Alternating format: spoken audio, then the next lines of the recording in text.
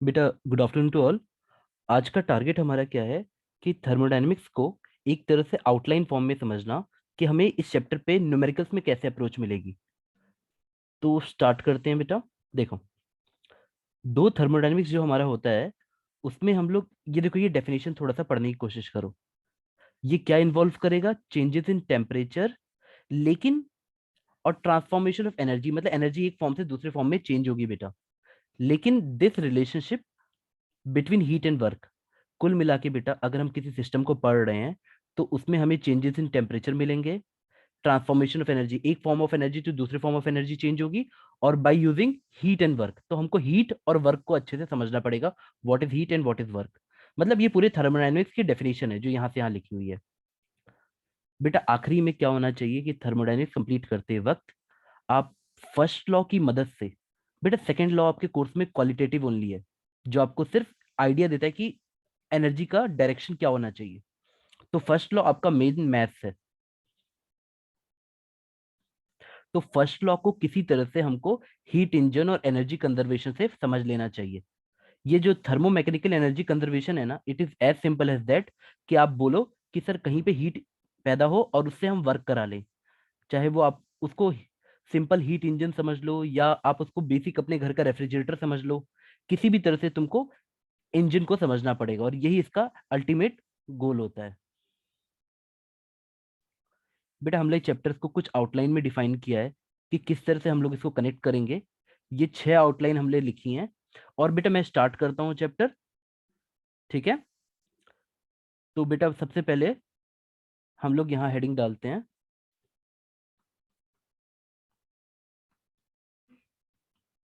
First law of thermodynamics.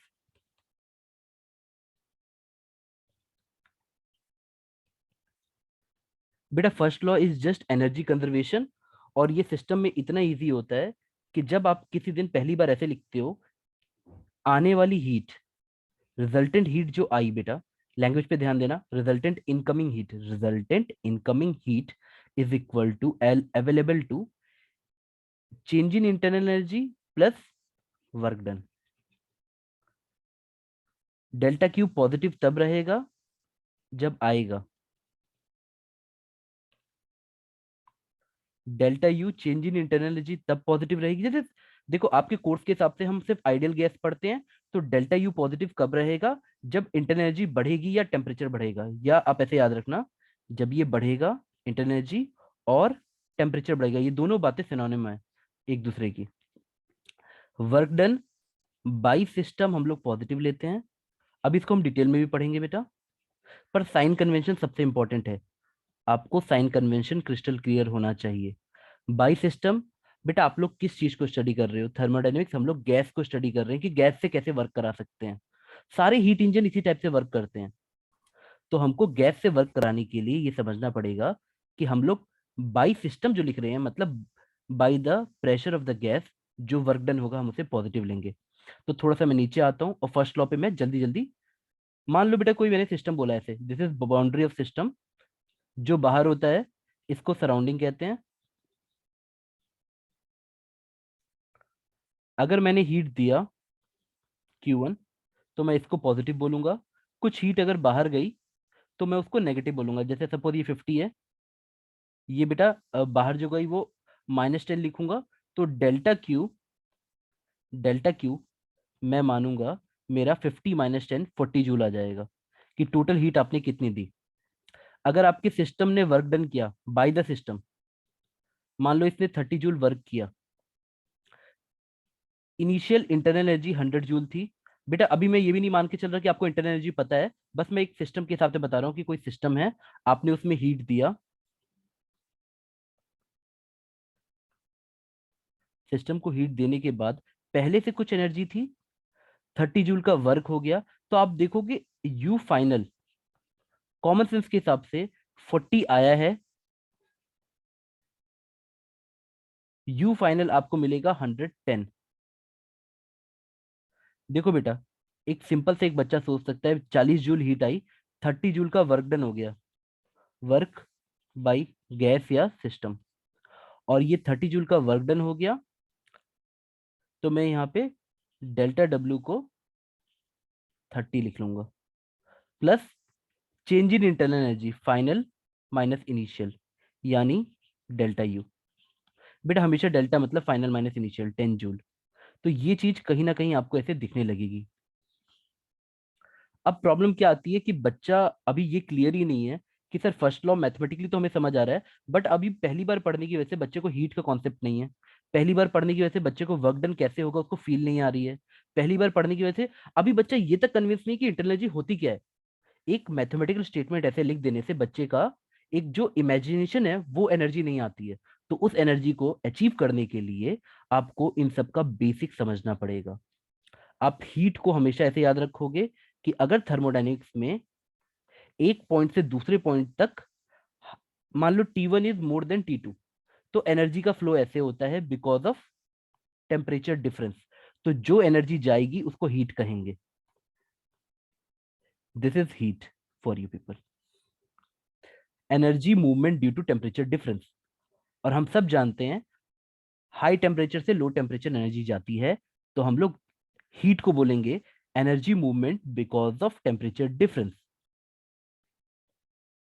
आपको work done by the gas के लिए क्या फीलिंग आनी चाहिए मैं बताता हूँ। बेटा ये सिस्टम है, ये एक पिस्टन मन अपने दिमाग में मान लो। पिस्टन होता है movable part of the heat engine, ये पिस्टन कहलाएगा, ये मूवेबल पार्ट होता है। अगर आपने थोड़ी बहुत काइनेटिक थ्योरी ऑफ गैसेस पढ़ी हैं तो ये गैसेस कॉन्स्टेंटली फोर्स लगाती रहती हैं हर पॉइंट पे। यहाँ पे भी लगा रही हैं, यहाँ पे भी लगा रही हैं, पर ये फिक्स्ड बॉल है।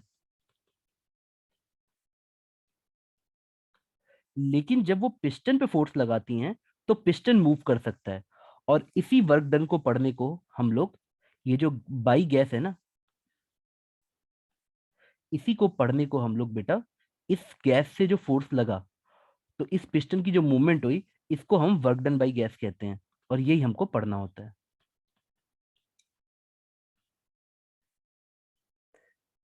आओ अब थोड़ा बेसिक फॉर्म में फिर से समझते हैं। बेटा क्या आप लोग को ये डायग्राम दिख रहा है, ये वाली चीज दिख रही है बेटा? इंटरनल एनर्जी की यस। इंटरनल एनर्जी की डेफिनेशन क्या है बेटा?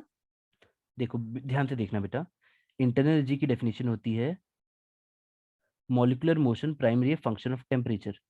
अगर कोई पार्टिकल मूवमेंट कर रहा है तो उसकी वजह से हमेशा जब वो दीवारों पे टकरा रहा होगा तो फोर्स तो लगेगा ही, लेकिन उस मूवमेंट को बेटा ऐसे सोच लो, मैंने आपको ये पढ़ाया होगा या तो आप ये फील ले लो, जितनी ज्यादा स्पीड ऑफ द पार्टिकल्स होगी उतना ज्यादा टेम्परेचर होता है। एक्चुअली टेक्निकली टेम्परेचर एक तरह से समझो कि गैसेस के टर्म्स में स्पीडोमीटर होता है, स्पीड बताता है। अगर आपने ये फीलिंग ले ली तो आपको टेम्परेचर की थोड़ी अच्छी फीलिंग आएगी। अब प्रॉब्लम क्या है देखो, आपके कोर्स में ये डेफिनेशन तो पूरी है पर केमिकल एनर्जी नहीं रहती है, तो डरना मत। केमिकल एनर्जी फिजिक्स में नहीं रहेगी, एज ए जनरल पढ़ोगे तो रहेगी पर फिजिक्स में नहीं रहेगी। तो आपको इंटरनल एनर्जी जनरली किससे कनेक्टेड दिखेगा कि सर ये कुछ मतलब एक तरह से थोड़ा बहुत काइनेटिक एनर्जी है, थोड़ा बहुत पोटेंशियल एनर्जी भी हो सकती है। मैं ऐसे समझाता हूँ, अगर दो मॉलिक्यूल हैं उनके बीच का कोई बॉन्ड है, अचानक से तुम क्या देखोगे इसकी ट्रांसलेशनल काइनेटिक एनर्जी तो बढ़ रही है, लेकिन अगर मैंने टेम्परेचर बढ़ाया है तो इसकी वाइब्रेशंस भी बढ़ जाती हैं तो पोटेंशियल एनर्जी भी बढ़ेगी। तो ये डेफिनेशन एक बार ठंडे दिमाग से सोच लेना। बेटा यहां तक तुम्हें समझ आ रहा है?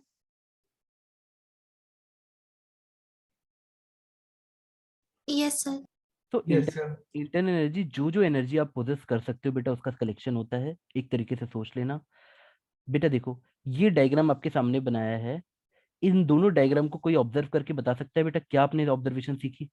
अगर मैंने हीट ऐड किया तो क्या हुआ, आप खुद बताओ। ये पॉइंट्स थे, दे आर मूविंग रैंडमली, ज्यादा रैंडमनेस बढ़ा, रैंडम वेलोसिटी बढ़ी। वेलोसिटी बढ़ी, रैंडमनेस बढ़ी। यानी अगर आपने एनर्जी दी तो हमेशा ये होगा कि रैंडमनेस प्लस काइनेटिक एनर्जी बढ़ेगी हमेशा। बेटा मुझे पता है कि मैं आपको एक सिर्फ एक सिंपल सी चीज बोलता हूँ, मुझे पता है कि बच्चे को ये इक्वेशन हमेशा याद रहती है। ये बात समझ पाए? ये तो याद रहती है ना बेटा? हमारे कोर्स में फिजिक्स में आइडियल गैस ही है बेटा, तो आप प्लीज इसी बाउंड्री में पढ़ना, स्पेशली इन फिजिक्स। ये पीवी इक्वल टू एनआरटी याद रहता है ना बेटा? अब बताओ, अगर मैं आपको कोई दो वेरिएबल दे दूं, सपोज मैं एक कंटेनर की बात कर रहा हूँ, कंटेनर के अगर वॉल्स क्लोज हैं, क्लोज सिस्टम टाइप का है, तो नंबर ऑफ मोल्स चेंज नहीं होगा जब तक तुम कुछ ऐड और सब्ट्रैक्ट नहीं करोगे। दैट मीन्स मेरे पास टेक्निकली कितने वेरिएबल हैं? 1, 2, 3।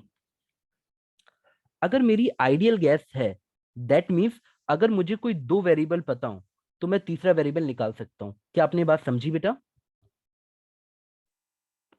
बेटा ये बात समझ पाए? Yes sir. तो थर्मोडायनेमिक्स में हमें स्टेट जानने के लिए, स्टेट मतलब कि प्रेजेंट कंडीशन क्या है, मुझे एटलीस्ट इन तीनों में से कोई दो वेरिएबल चाहिए। अगर मुझे उस इंस्टेंट पे कोई भी कमेंट करना है कि गैस का बिहेवियर कैसा है, गैस के क्या क्या फीचर्स हैं, तो मुझे इन दोनों में से कोई, इन तीनों में से कोई दो वेरिएबल चाहिए बेटा, दो वेरिएबल मुझे चाहिए ही चाहिए। ये बात समझ पाए? Yes sir. बेटा एक और चीज, आपके कोर्स में सिर्फ आइडियल गैस है, उस चक्कर में जो इंटरनल एनर्जी है, दो तो मैंने आपको पूरा पढ़ाया है, बट आइडियल गैस में क्या होता है बेटा, internal energy is a function of only temperature. तो कई बार मैं आपको जनरल आंसर भी पढ़ाऊंगा, लेकिन आपको आपका कोर्स समझना है, आपके कोर्स में आइडियल गैस ही है। आपके लिए इजी है बेटा, ट्रस्ट मी, फिजिक्स में ये सेक्शन इजी है, अगर आप अपनी बाउंड्री समझ लो क्या क्या पढ़ना है आपको। Internal energy is a function of temperature only in physics. मेरी बात समझे? तो कई आप मल्टीपल सोर्सेज देखोगे तो कंफ्यूज हो सकते हो, इससे बचने के लिए थोड़ा ऐसे सोचना। यहां तक समझ पाए बेटा? हाँ सर। ठीक है बेटा। बेटा एक लॉ जीरोथ लॉ है, मैं उसको बिल्कुल रिस्पेक्ट नहीं देता, उसका नाम होता है थर्मल इक्विलिब्रियम। इसका पर्पस थर्मल इक्विलिब्रियम सीखना होता है। देखो मैं एक तुमको एग्जांपल देके समझाता हूँ। कई बच्चे they are very good in understanding in the class, मैं बड़े मन से पढ़ाऊंगा, बड़े मन से पढ़ोगे और आपको लगेगा हाँ समझ आ गया। लेकिन अगर आप उसको एग्जाम में कन्वर्ट करना चाहते हो बेटा, टीचर के डायरेक्शन में क्वेश्चंस लगाओ। मैं अभी तुम्हें एक एग्जांपल लेके बताता हूँ मैं क्या बोल रहा हूँ। ये थर्मल इक्विलिब्रियम है, इसका सिंपल मतलब होता है कि सपोज बॉडी ए है, बॉडी बी है, एनर्जी का फ्लो, वो जो हीट थी वो तब तक होती रहेगी जब तक दोनों का टेम्परेचर सेम ना हो जाए। तो थर्मल इक्विलिब्रियम का मतलब क्या होता है, T A equal to T B हो जाए, और ये हीट फ्लो एक तरीके से स्टॉप नहीं होता है पर बराबर हो जाता है, जितना इधर जा रहा है उतना ही उधर जाने लगता है, मतलब नेट हीट फ्लो लगभग लगभग जीरो हो जाएगा। आप इसको इग्नोर कर सकते हो, पर याद रखना कि वो डायनेमिक हो जाता है बिहेवियर में, आना जाना बराबर हो जाता है। तो थर्मल इक्विलिब्रियम के लिए आप एक फीलिंग लोगे, सेम टेम्परेचर, बस फीलिंग ज्यादा जरूरी है। अगर मैंने बोला दो बॉडी थर्मल इक्विलिब्रियम में, आप बोलोगे सर सेम टेम्परेचर, बात खत्म। अब क्यों इसमें जीरोथ लॉ को घुसा दिया जाता है जबरदस्ती का? जीरोथ लॉ क्या है, अगर ए और बी थर्मल इक्विलिब्रियम में है, बी और सी थर्मल इक्विलिब्रियम में है, तो ए और सी भी होगा, कॉमन से सोच लो ना, सेम टेम्परेचर, सेम टेम्परेचर। तो बेटा आप इतना तेज तो है, अगर y इक्वल टू एक्स है और x इक्वल टू जेड है, तो देयर फोर आप ये भी तो बोल सकते हो y इक्वल टू जेड है, तो ये भी सेम टेम्परेचर में रहेंगे। तो इसका फंडा क्या है, ये आपको सिर्फ थर्मल इक्विलिब्रियम की डेफिनेशन बनाता है। इसका पर्पस सिर्फ इतना है कि बच्चा थर्मल इक्विलिब्रियम वर्ड को समझ जाए, कि जैसी, वैसे तो heat flow high temperature to low temperature होती है, लेकिन वंस बेटा जब इसको एनर्जी मिलती जाएगी इसका टेम्परेचर बढ़ता जाएगा, एक पॉइंट ऐसा आएगा कि बी का temperature is same as A का टेम्परेचर, तब नेट हीट फ्लो जीरो हो जाता है। क्या आप बात समझ पाए? क्या जीरोथ लॉ, यस। जीरोथ हाँ लॉ सर। मुश्किल नहीं है ना बेटा? जी सर। लेकिन देखो मैं तुमको समझाता हूँ, सुनना बेटा। मैं जानबूझ के ये डायग्राम पिक किया हूँ, एग्जामिनेशन में जब क्वेश्चन आता है ना, तो वो ये नहीं वो ये चाहते हैं कि बच्चा सोचने लायक हो। अब वो तुमको बोलेगा कि मैंने कॉपर बाउंड्री लगाई है, दो, एक कंटेनर में मैंने दो कंपार्टमेंट बना दिए देखो, और बीच में कॉपर बाउंड्री लगा दी। अब एक बच्चा जो क्लास में बैठा है उसको अगर एक टीचर बोल रहा है कि बेटा think what is, why copper boundary, तो एक बच्चा ऐसे सोचेगा, sir copper is a good conductor of heat. बेटा yes, copper is a good conductor of heat, तो थोड़ी देर में दोनों का टेम्परेचर सेम हो जाएगा। तो ऐसे केस में भले ही आउटर बाउंड्री थर्मली इंसुलेटेड हो, अगर उन्होंने चालाकी से मुझे कॉपर मेंशन कर दिया है, दैट मीन्स ये दोनों थर्मल इक्विलिब्रियम में रहेंगे, क्योंकि कॉपर बड़ी जल्दी जल्दी हीट पास करके थर्मल इक्विलिब्रियम मेंटेन कर लेगा। क्या आपको मेरी बात समझ आई? बेटा यस सर। क्वेश्चन में कभी भी कुछ डायरेक्ट नहीं दिया रहता है, आप टॉपिक समझ जाते हो, फिर आप क्वेश्चंस लगाओगे, आपको फिर लगेगा सब कुछ ऑब्वियस है, मुझे पूरा आता है, बट आपको क्वेश्चंस लगाने पड़ेंगे। मैंने ये जानबूझ के 2 डायग्राम लिए हैं क्योंकि इन 2 डायग्राम से बहुत क्वेश्चन बनते हैं बेटा, जैसे हमने डायग्राम बनाया। अच्छे वाले क्वेश्चन तुम देखोगे आखिरी में क्या करेगा, कंटेनर के बीच में यहाँ पे मतलब ऐसे ही रहेगा, बीच में होल करके गैस पास करा देगा। ये 2 डायग्राम बेटा इंपॉर्टेंट है फीलिंग लेने के लिए, कि अगर यहाँ गैस पड़ी है, प्रेशर लगा रही है, ऊपर से भी एक्सटर्नल प्रेशर हो सकता है, तो हमको मैकेनिकल इक्विलिब्रियम भी पढ़ना हो सकता है कि net force upward equal to, मतलब दोनों तरफ से फोर्स बैलेंस करना पड़ेगा। ऐसे क्वेश्चंस भर के आएंगे बेटा। यहां तक सीख गए आप लोग?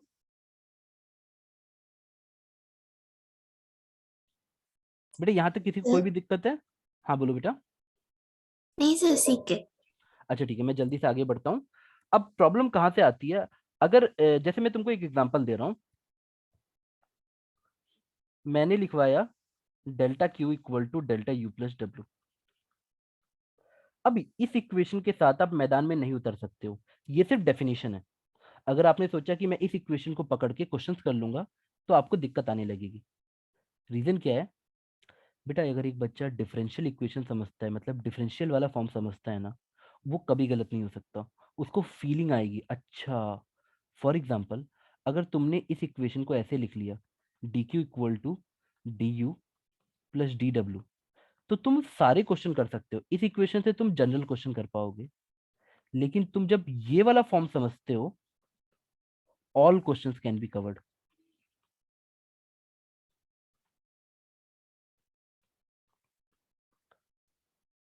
बेटा यहां तक थोड़ा सा समझ आया? इसको लिख लोगे इतना? मैं जल्दी जल्दी समझाता हूँ बेटा। बेटा यहां तक समझ लिया? यस। Yes sir. अब मैं ऐसे बताता हूँ बेटा, देखो कभी भी किसी सिस्टम में, किसी भी सिस्टम में जब हम हीट प्रोवाइड करते हैं, whenever we provide heat to the system, मान लो ये कोई सिस्टम है जिसमें एन नंबर ऑफ मोल्स रहते हैं, एन नंबर ऑफ मोल्स रहते हैं। अगर इस सिस्टम में एन नंबर ऑफ मोल्स हैं, आपने छोटा सा डीक्यू दिया, और मान लो इस सिस्टम का टेम्परेचर थोड़ा सा डीटी बढ़ा। ऐसा होना चाहिए कि अगर मैं हीट सप्लाई करूंगा तो इस सिस्टम का टेम्परेचर बढ़ेगा। But how will you define कि ये कैसे कनेक्ट करोगे डीक्यू और डीटी को? तो एक डेफिनेशन आती है जिसको हम लोग कहते हैं molar specific heat. Molar specific heat क्या होता है? ऐसे लिखा रहता है बेटा, d Q equal to N C D T. आपको इसको थोड़ा और तोड़ के बताऊं तो बेटा इसका मतलब सिंपली इतना होता है कि अगर मान लो C is called molar heat capacity, और ये होती है d Q n by d T. इस फॉर्म को याद करना इस तरीके से, 1/n d Q by d T. इसको कमिट टू मेमोरी ऐसे रखना बेटा। मैं तुमको सिर्फ इतना बोलता हूँ, ऐसे फील करो कि मोलर हीट कैपेसिटी का मतलब होता है, अगर n को मैं 1 लूं और dt को भी मैं 1 लूं, तो 1 डिग्री 1 मोल का बढ़ाने के लिए कितनी हीट देनी पड़ती है, is called molar heat capacity. और ये सिर्फ किसी पर्टिकुलर गैस के लिए कांस्टेंट होगी, इसीलिए इसका मोलर स्पेसिफिक हीट कैपेसिटी नाम रहेगा। बेटा बात यहां तक समझ आया?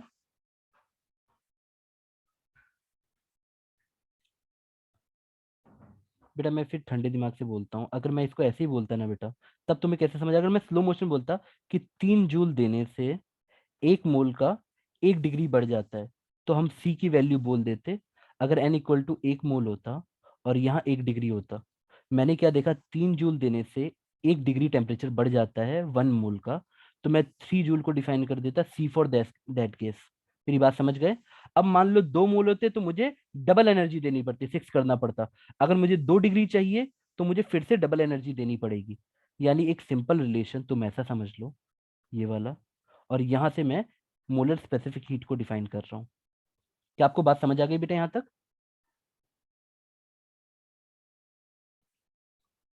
बेटा यहां तक नोट कर लिया?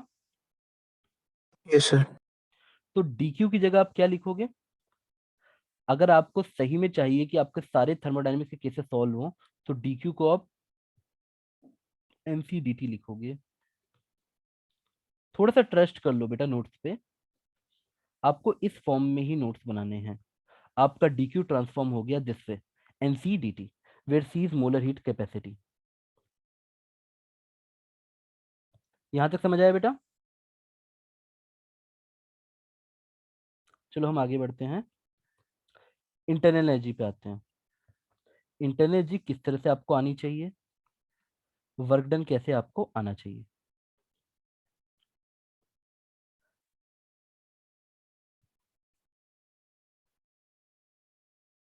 मैं एक आइसोकोरिक सिस्टम लेता हूं। बेटा आइसोकोरिक वर्ड जानते हो? So constant volume. हाँ बेटा, वेरी गुड, ठीक है। अब ये सिस्टम कैसे भी जनरेट कर सकते हो। थर्मोडायनेमिक्स में अगर मैंने पिस्टन को ब्लॉक कर दिया तो I will get A isochoric system. यहाँ पे भी एक स्टॉपर लगा दो, यहाँ पे भी एक स्टॉपर लगा दो, तो अब ये जो सिस्टम है ये आइसोकोरिक हो गया। अब सपोज तुमने आइसोकोरिक सिस्टम को हीट दिया, बेटा ये मूव नहीं कर सकता तो वर्क डन नहीं हो सकता।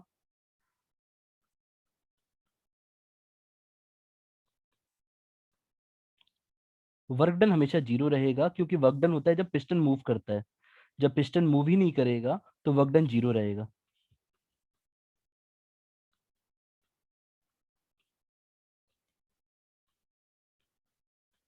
अब बेटा आप कूद कैसे बोलना, अच्छा सर जो हीट देंगे, NCDT। आपने यही समझा है कि क्यू का फॉर्मूला आप कैसे लिखोगे, NCDT। अगर कांस्टेंट वॉल्यूम वाला केस होता है तब मोलर हीट कैपेसिटी को हम MCV लिखते हैं। बेटा मेरी बात सुनना, सी इज द जनरल वर्ड। अगर कांस्टेंट वॉल्यूम है तो CV लिखोगे, कांस्टेंट प्रेशर है तो CP लिखोगे, ठीक है।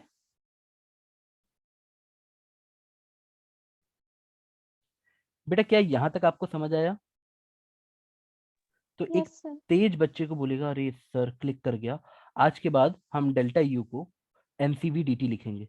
तो आपका फर्स्ट लॉ का फॉर्मूला इंप्रूव हो रहा है बेटा, बात समझ जाओ। MCV/DT आपका मस्त फॉर्मूला बन रहा है। किसी बच्चे को जिसको सारे न्यूमेरिकल करने हैं उसको फर्स्ट लॉ ऐसे दिखना शुरू हो जाएगा, MCV/DT प्लस DW। अभी हम DW को भी इंप्रूव करेंगे। क्या आप मेरी बात यहां तक समझ गए, हाँ या ना बेटा, बताओ। Yes, sir. आपको अगर फर्स्ट लॉ, बेटा आपके कोर्स के सारे numerical, JEE advance, JEE mains, NEET, सब फर्स्ट लॉ के गुलाम है। सेकंड लॉ सिर्फ क्वालिटेटिव पर्पस के लिए है। Theoretical question can be made only out of second law. First law ही आपका कोर्स है, सारा जो न्यूमेरिकल्स का बैकग्राउंड है फर्स्ट लॉ ही क्रिएट करेगा। आओ अब सेकंड पार्ट पे जंप करते हैं। थोड़ा कॉपी करना था। कॉपी कर लो बेटा।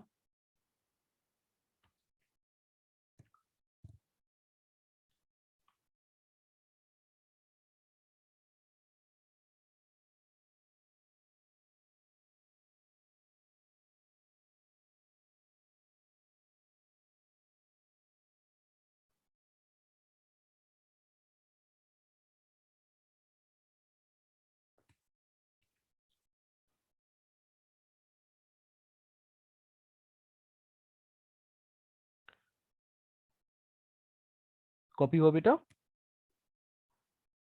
Yes, sir. हाँ सर। ठीक है बेटा, तुम एक प्रोसेस को टेस्ट करो कि तुमने एक चीज सीखी कि डेफिनेशन सीखना ठीक है बेटा, लेकिन उसके बाद तुम्हें न्यूमेरिकल करने के लिए किसी तरह से फर्स्ट लॉ को पूरा सजा के लिखना पड़ेगा, बिल्कुल सजा के, जब तक तुम्हें क्रिस्टल क्लियर ना दिख जाए कि हीट को हम लोग, इनकमिंग हीट को हम बोलेंगे NCDT, इंटरनल एनर्जी को बोलेंगे NCV/DT, और वर्क डन अभी हम डिफाइन करेंगे। तो चलो वर्क डन पे आते हैं।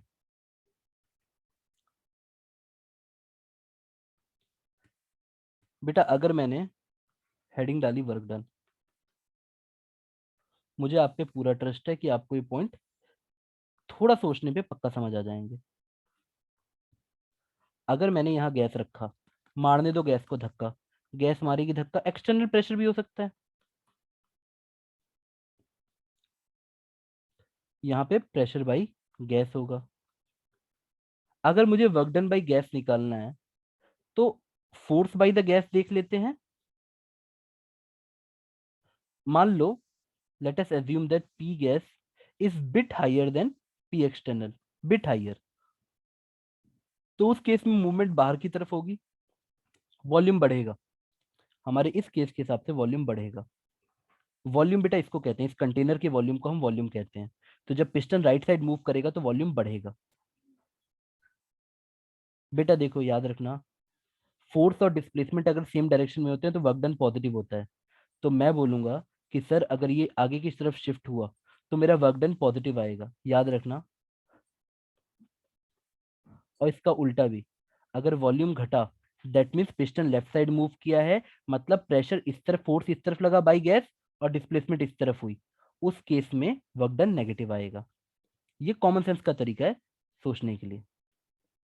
और मैं वर्क डन जब भी बोल रहा हूँ बाई गैस बोल रहा हूँ। आओ अब देखते हैं बेटा, वर्क डन हम डिफाइन करते हैं फोर्स इनटू डिस्प्लेसमेंट।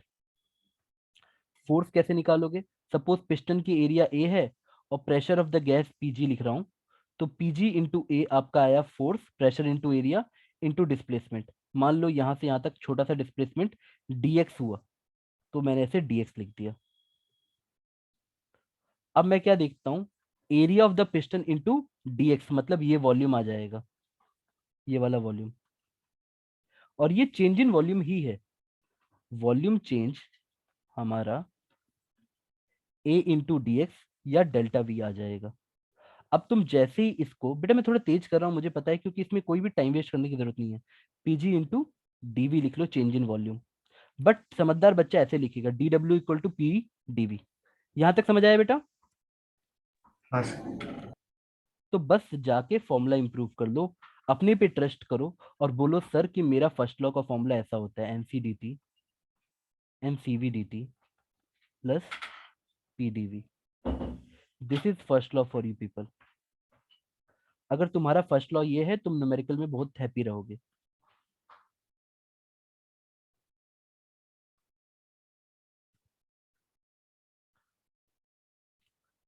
यहां तक लिख लिया बेटा?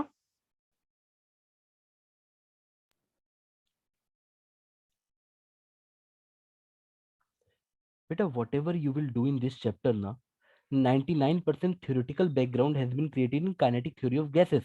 हम लोग हर चीज kinetic theory of gases से बोरो कर रहे हैं, हर चीज, every assumption, every theory। बेटा यहां तक समझ आया? हाँ सर। चलो, तो जो बच्चा मेरी ये बात समझेगा वो किसी भी सिस्टम को सॉल्व करने से पहले, आपके कोर्स में आइडियल गैस ही है, तो अब उसके पास एक हथियार बना कि सर अगर मेरे पास सिस्टम है, हाउ टू डू न्यूमेरिकल्स, वो बोलेगा सर एक चीज तो श्योर है, पीवी इक्वल टू एनआरटी। मैं बोलूंगा हाँ बेटा।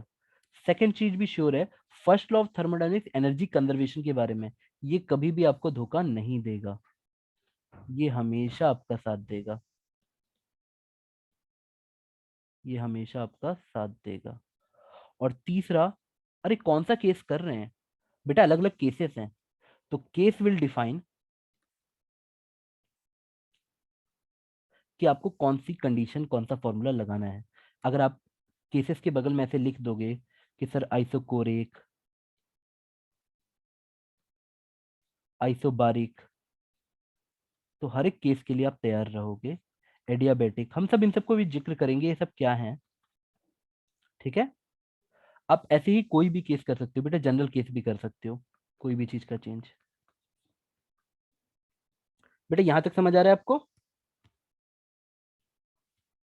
ये दोनों आंख बंद करके ऑलवेज ट्रू कर देना, ऑलवेज, इनके साथ ही आपको सोचना है। बेटा आगे बढ़े। हाँ सर।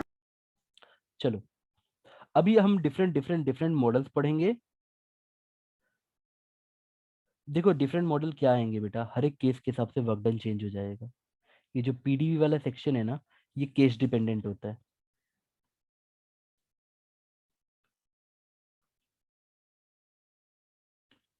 और यानी अब मुझे इन सारे केसेस को वन बाय वन फील करना पड़ेगा कि सारे केसेस क्या हैं।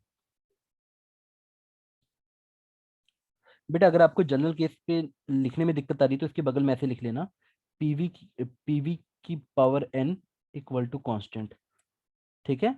ऐसे बस अभी लिख लो, बाद में मैं समझा दूंगा बेटा, ठीक है?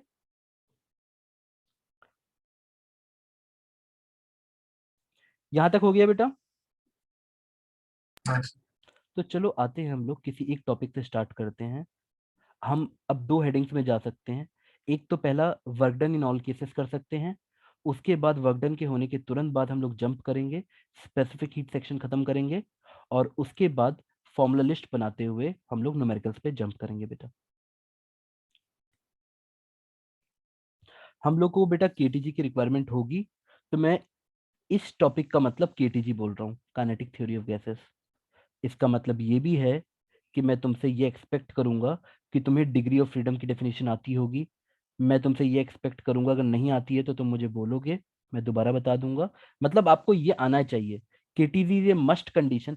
इसलिए अच्छी किताबें जो भी कि जिनको भी पढ़ाना आता है या पढ़ना जहाँ पे सोर्स अच्छा है, हमेशा केटीजी पे पहले एम्फेसिस करेंगे कि केटीजी पढ़ लो, फिर थर्मोडायनेमिक्स में जंप करो। बेटा देख पा रहे हो? अच्छा ये बताओ मुझे कॉमन सेंस से, मैं तुम लोगों से पूछता हूँ, तुमको law of equipartition of energy याद है? हाँ क्या सर। है? क्या था बेटा? बताओ। सर ईच क्या बोलते हैं सर, डिग्री ऑफ फ्रीडम को इक्वल एनर्जी मिलेगा हाफ के बीटी। वेरी गुड बेटा। हाफ केबीटी एनर्जी मिलती है ईच डिग्री ऑफ फ्रीडम को। तो अगर मैं इसको number of degree of freedom से मल्टीप्लाई कर दूं तो ये एक मॉलिक, ये आई 1 डिग्री ऑफ फ्रीडम की, 1 डिग्री ऑफ फ्रीडम की। ये एनर्जी किसकी आई? 1 मॉलिक्यूल की। Where F is degree of freedom. Law of equipartition of energy क्या कहता है कि सारी डिग्री ऑफ फ्रीडम को हाफ केबीटी एनर्जी मिलेगी। अगर मैंने इसको फर्दर एन से मल्टीप्लाई कर दिया तो ये आ गई टोटल एनर्जी।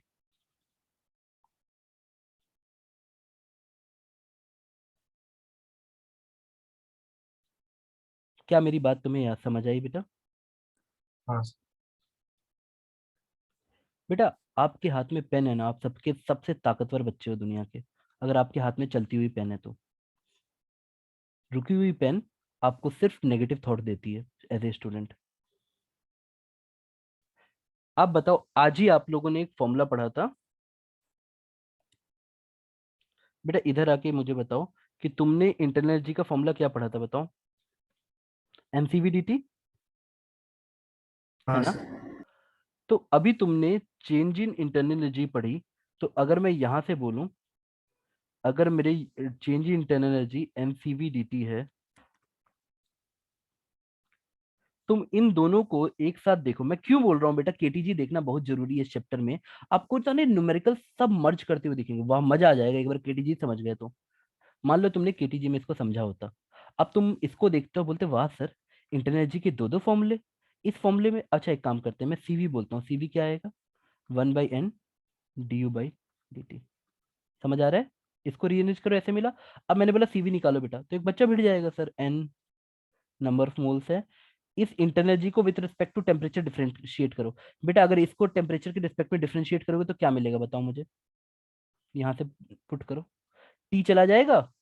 अगर y equal to X something है तो dy/dx में x 1 हो जाएगा ना बेटा। हाँ सर। तो half K B F into N, यहाँ तक साथ हो?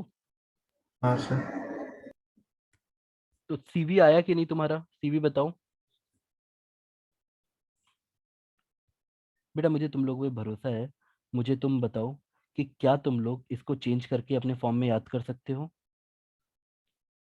मैं थोड़ा थोड़ा हेल्प करता हूँ। बेटा तुम चाहते हो कि तुम नंबर ऑफ मोल्स को क्या लिख सकते हो बताओ मुझे?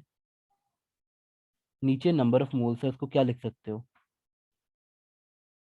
Total number of particles. बेटा आपको ये बात समझ आती है ना कि मैं यहाँ कैपिटल एन को भी चाहूँ तो Avogadro constant into number of moles लिख सकता हूँ। तो हाँ अपने हिसाब से सर। बताओ क्या काट के बन जाएगा, बताओ। सीवी कितना बना? और half K B F N N ए।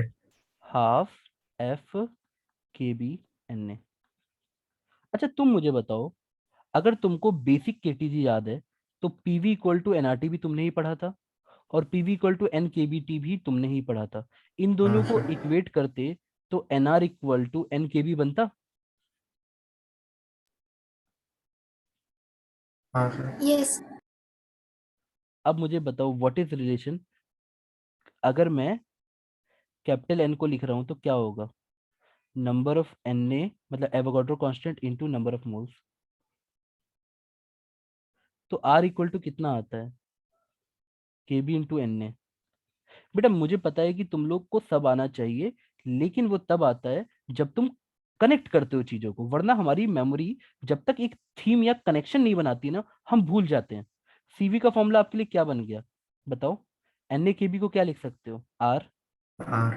तो जिसको एफ आर बाई टू याद है वो बच्चा सही है, याद रहेगा। मेरे एस हाँ is sir. Degree of freedom. ठीक है बेटा, हम आगे बढ़े बेटा। Sir x. बेटा सारे फॉर्मूले मैं बस आपको एक चीज बताना चाह रहा हूँ बेटा, केटीजी से कनेक्ट करके पढ़ोगे तो थर्मोडायनेमिक्स आपको विजिबल दिखेगा हर जगह, वरना तब को ऐसी फीलिंग आएगी यार अचानक से कहाँ से प्रकट हो रही हैं चीजें। ठीक है, यहाँ तक समझ हाँ आया सर, बेटा। लिख लिया सर। हाँ ठीक है बेटा।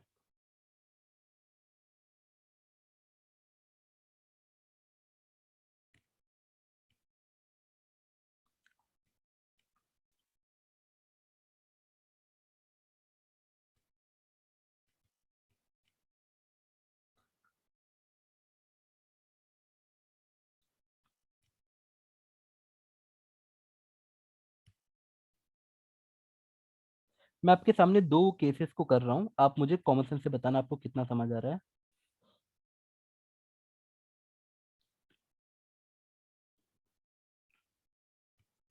बेटा अगर मैं तुमसे बोलूँ कांस्टेंट प्रेशर सीन है, कांस्टेंट वॉल्यूम तो तुम समझ चुके हो क्या है। कांस्टेंट वॉल्यूम में मुझे बस यहाँ पे स्टॉपर लगा देना है, वॉल्यूम फिक्स हो गया। अब इस सिस्टम को जो भी तुम हीट दोगे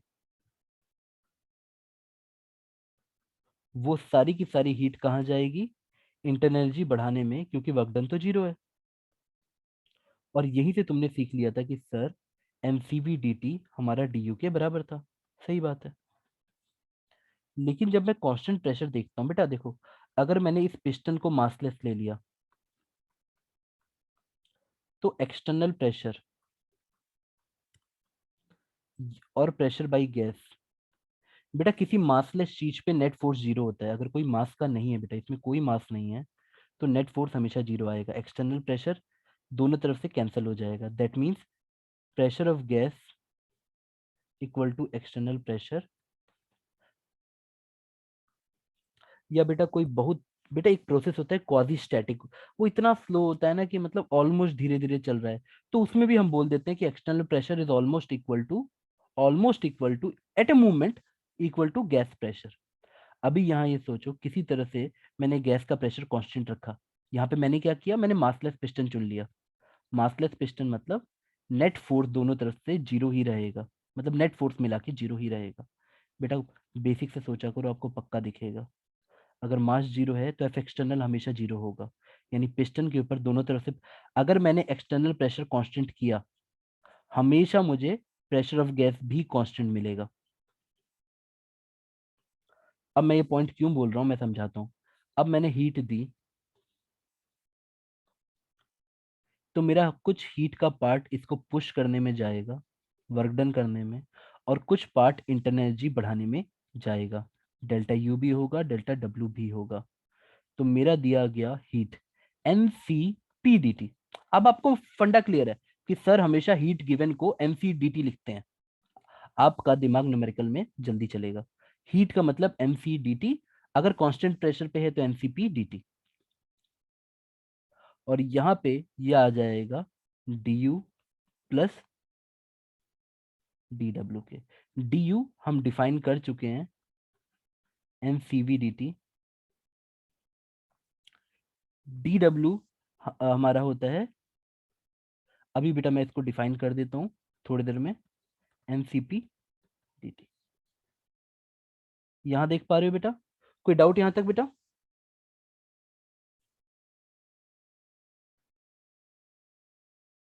बेटा यहाँ तक समझ आ रहा है। Yes, sir. मैंने सिर्फ यस। इसको इतना हाँ लिखा सर। है, इसको इतना लिखा है, और डी डब्ल्यू को मैंने पी डी वी लिखा है। मैं इसको थोड़ा समझा देता हूँ कि मैंने वर्क डन को पी डी वी लिखा है। ठीक है बेटा। अब देखो कांस्टेंट प्रेशर पे वर्क डन हो रहा है, तो अगर मैंने ये स्टेटमेंट लिख रखी है, मैं एक काम करता हूँ, इसके बगल में बोलता हूँ अगर मैंने पीवी इक्वल टू एनआरटी लिख दिया, कोई पाप नहीं है क्योंकि सब कुछ केटीजी से उधार है। देखो, केटीजी हमारे साथ चलेगा, हमारे साथ हमेशा किसी भी सिस्टम पे।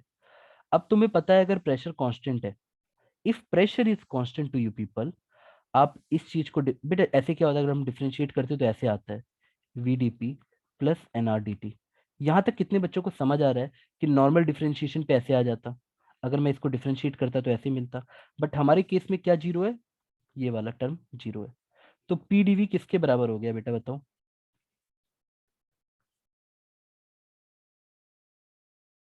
कितने बच्चे यहाँ तक साथ में हैं बताओ? बेटा चेंज इन प्रेशर जीरो है क्योंकि कांस्टेंट प्रेशर है। यहाँ तक साथ में हो? हाँ सर। हाँ। अब बेटा जैसे ही मैं इसकी जगह पुट करूंगा मुझे समझ आ जाएगा N C P D T equal to N C V D T plus N R D T. N R D T. अब आप समझदार हैं, खटाखट खटाखट एन को उड़ा दीजिए, डीटी को उड़ा दीजिए, एन उड़ गया, डीटी उड़ गया, एन उड़ गया, डीटी उड़ गया, तो आपको एक रिलेशन मिला CP equal to CV plus R. आप इस फॉर्म में याद कर लें या CP minus CV equal to R याद कर लें। घर बैठे बैठे फॉर्मूले बनाओ जाओ। कैसे? आपने थोड़ी देर पहले सीवी का फॉर्मूला ड्राइव किया था FR/2, उसको पुट करो और सीपी भी निकाल लो। सीपी का फॉर्मूला क्या आ जाएगा बेटा बताओ?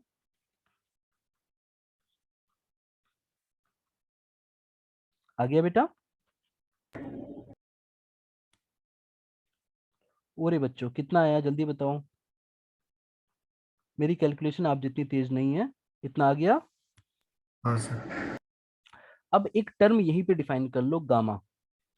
गामा CP/CV होता है। अब बताओ ये कितना आ जाएगा? सीपी की वैल्यू क्या थी? FR+2R/2। और सीवी की वैल्यू क्या थी? FR/2। 2। अब बेटा जल्दी से इसे सजा के बता दो कितना आ रहा है। 2 तो कट गया। 1+1 so 1+2 so F+1 into whole into कितना कितना आ गया बेटा बताओ?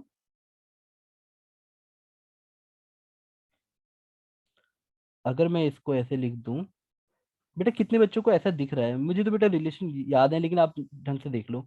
मैं कैलकुलेशन में बिल्कुल ध्यान नहीं देता हूँ। आप देख लो, यहां तक दिखा आपको?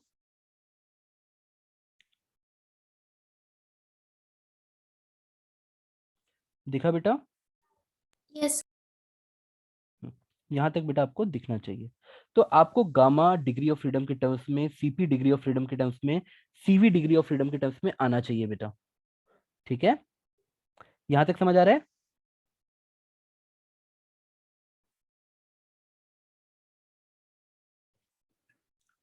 हाँ सर। चलो बेटा मैं आप लोगों से एक रिक्वेस्ट करता हूँ, प्लीज इस बात को ऐसे भी याद रखना कि सर हमने ये सीखा कि देखो बच्चे बहुत सही भी सीखते हैं, लेकिन जो बच्चा पेन उठा लेता है ना वो कैसे रहेगा? बोलेगा अच्छा सर पीडीवी एनआरडीटी है। मैं बोलूंगा हाँ बेटा। तो सर वर्क डन, अगर वर्क डन पीडीवी होता है तो कांस्टेंट प्रेशर वाले में अगर मैं टोटल वर्क डन निकालूं, टोटल वर्क डन, फीलिंग के साथ सोचो बेटा, टोटल वर्क डन यानी पीडीवी का इंटीग्रेशन, आप अगर प्रेशर कांस्टेंट इसको बाहर कर लो तो V2 - V1 आ गया। हर केस का वर्क डन आप निकाल के रख सकते हो। और अगर आप इसी को एनआरडीटी भी देखते, बच्चे इतने फॉर्मूले देख के कंफ्यूज हो जाते हैं। देखो एनआर कांस्टेंट है, बाहर कर लो। क्या आपको ये बात डायरेक्टली दिख रही है? NR T2 - T1 work done in case of constant pressure. और बेटा ये कोई बड़ी बात नहीं है, मैंने सिर्फ पीवी को एनआरटी ही लिखा है, आप इसको बड़ा फॉर्मूला मत समझना। पर वर्क डन का केस कांस्टेंट प्रेशर का आपको यहीं पे आ गया, तो मैं बस इसलिए अभी कर दिया। वैसे मैं वर्क डन सारे अलग अलग से कराऊंगा, बट आपको यहीं पे दिख जाना चाहिए डायरेक्टली कि वर्क डन इस तरह से आएगा। ठीक है बेटा? यहाँ तक समझ आ रहा है बेटा? Yes, sir. हाँ। बेटा मैं थोड़ा सा भी चैट एक बार देख लेता हूँ, कुछ बच्चे चैट भेज रहे हैं। 10 सेकंड दो मुझे।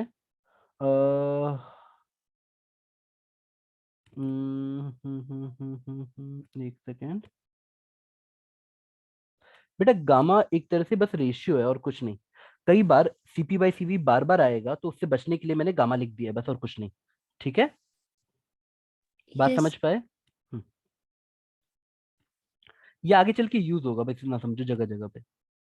अब तक तुम लोग क्या देख चुके हो, मुझे केटीजी आनी चाहिए थोड़ी बहुत, और केटीजी का भी मुझे basic idea PV equal to nRT type का आना चाहिए, थोड़ा सा आइडिया। और अब मेरे पास फर्स्ट लॉ है, मुझे डिफरेंट केसेस में वर्क डन निकालना आना चाहिए। बेटा इस वाली डेरिवेशन से comparing constant volume and constant pressure, मेरे दो ऑब्जर्वेशन है। पहला ऑब्जर्वेशन ये कि CP minus CV equal to R आता है। दूसरा ऑब्जर्वेशन ये कि sir same amount of internal energy बढ़ाने के लिए इस वाले सिस्टम को, कांस्टेंट वॉल्यूम को जितनी हीट दोगे वो सीधे इंटरनल एनर्जी बढ़ाएगी, सीधे इंटरनल एनर्जी बढ़ाएगी, तो कम एनर्जी में इंटरनल एनर्जी बढ़ जाएगी। यहाँ पे हीट दोगे ना, तो थोड़ी इंटरनल एनर्जी में गई, थोड़ी वर्क डन में गई, यानी यहाँ पे ज्यादा एनर्जी देनी पड़ेगी। तब 1 डिग्री इंटरनल एनर्जी का बढ़ना मतलब एक टेम्परेचर का बढ़ना। यानी आप बोलोगे सर अच्छा, यानी हम लोग ये सीखे why C P is more than CV, feeling के साथ। सीपी का मतलब क्या होता है, 1 डिग्री बढ़ाने के लिए कितनी एनर्जी दी गई। बेटा आपकी दी गई हीट, आपकी दी गई हीट टेक्निकली 1 डिग्री बढ़ाने के लिए सीपी बनेगी, और आपकी दी गई हीट 1 डिग्री बढ़ाने के लिए सीवी बनेगी, कांस्टेंट वॉल्यूम वाले केस में, और कांस्टेंट प्रेशर वाले में सीपी बनेगी। तो आप खुद देख पा रहे हो आपकी हीट के यहाँ 2 पार्ट हो जाएंगे, यहाँ एक ही पार्ट होगा, तो इसलिए CP is greater than CV. बात समझ पाए बेटा? यहां तक क्लियर है?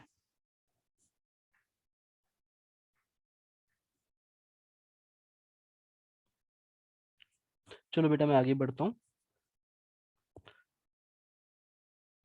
हम लोग वर्क डन सीखते हैं इन ऑल केसेस।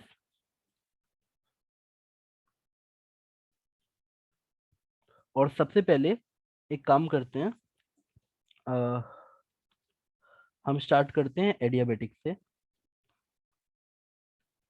बेटा एडियाबेटिक का मतलब क्या होता है, अगर हम किसी थर्मोडायनेमिक सिस्टम की बाउंड्री को एडियाबेटिक बोलते हैं, इसका मतलब सिंपली हीट एक्सचेंज कितना होगा? 0. जीरो। बेटा कोई हीट लेना देना नहीं है बाहर से। एडियाबेटिक वॉल्स का मतलब क्या होता है, बाहर से हीट नहीं आ रही। तो फर्स्ट लॉ कैसा दिखेगा बताओ?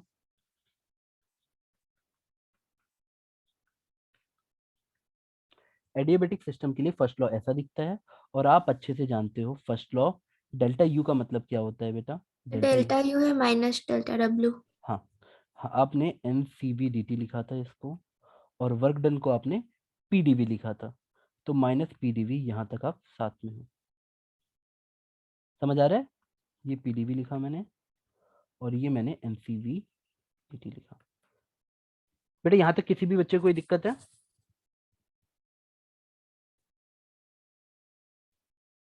बेटा यहाँ तक समझ आ रहा है?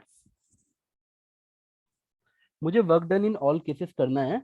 मैंने एडियाबेटिक सिस्टम से स्टार्टिंग की, पर मैं डेफिनेशन ऑफ एडियाबेटिक से स्टार्ट किया कि what is the definition of adiabatic. हम बाहर से कुछ लेंगे देंगे नहीं, हम यहाँ तक पहुंच गए। अब बेटा मैं चाहता हूं कि तुम पीवी इक्वल टू एनआरटी को अलग से बैठ के ऐसे डिफरेंशिएट करके फील करो, जो थोड़ी देर पहले किए थे। तो P dV plus V d P equal to N R d T, differentiate करने पे यहां तक पहुंचे थे तुम। यहां तक कोई डाउट बेटा? बताओ। यहां तक कोई भी डाउट है बेटा? No sir. अब एक काम करो चुपचाप से, रुको बेटा एक सेकंड, मैं थोड़ा एडजस्ट कर रहा हूँ। हाँ, अब तुम लोग इसमें पुट कर दो।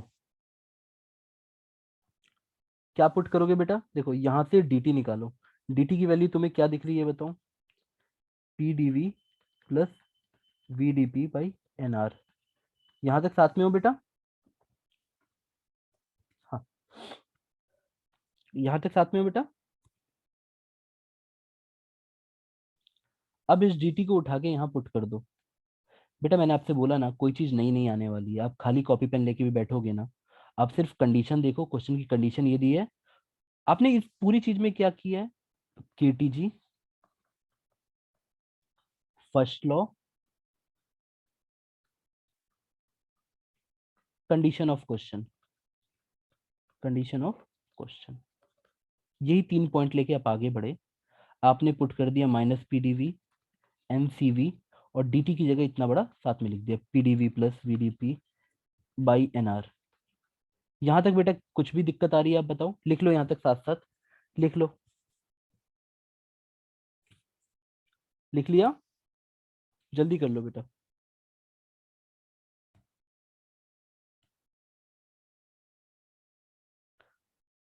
बेटा यहां तक लिखा?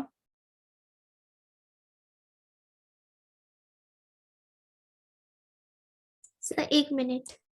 अब इसको थोड़ा रीअरेंज करके अच्छा अच्छा बनाओ। अगर आप इसको रीअरेंज करके अच्छा अच्छा बनाओगे तो आपको ये कुछ ऐसा दिखेगा। एम से एन काट दो, आर को उधर भेज दो।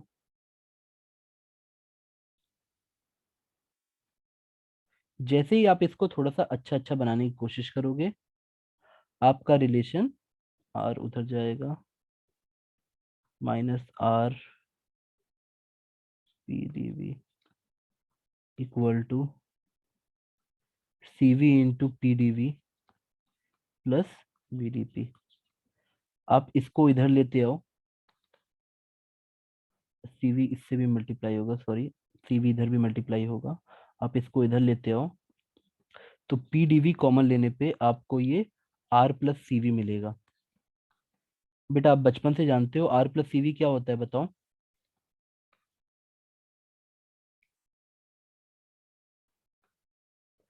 बेटा आपने थोड़ी देर पहले लिखा था ना CP minus CV equal to R, तो सीपी कितना था आपका देखो, याद आया? हमने डिराइव किया था ना यहाँ पे, क्या रिलेशन आया था बेटा? CP equal to CV plus R. तो आपको वही चीज यहाँ दिख गई।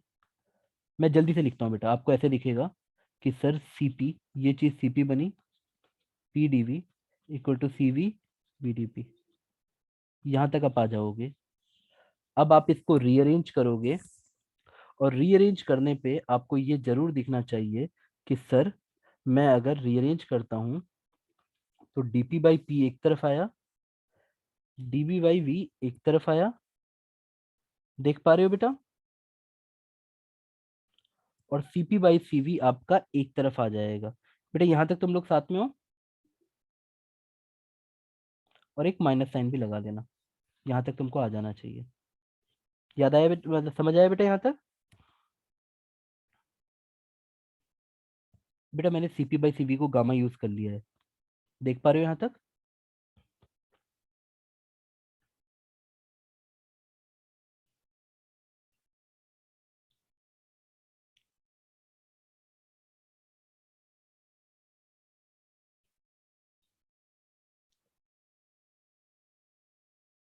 बेटा आप सबको पता होना चाहिए कि dx बाई एक्स का इंटीग्रेशन ln x आता है। अगर ये सोच के मैं सबको इंटीग्रेट कर दूंगा तो मुझे मिलेगा कि सर गामा बाहर है, ln v equal to limit डालनी पड़ेगी v1 से v2, और यहाँ पे माइनस साइन है तो आप लिमिट्स इंटरचेंज कर सकते हो, ln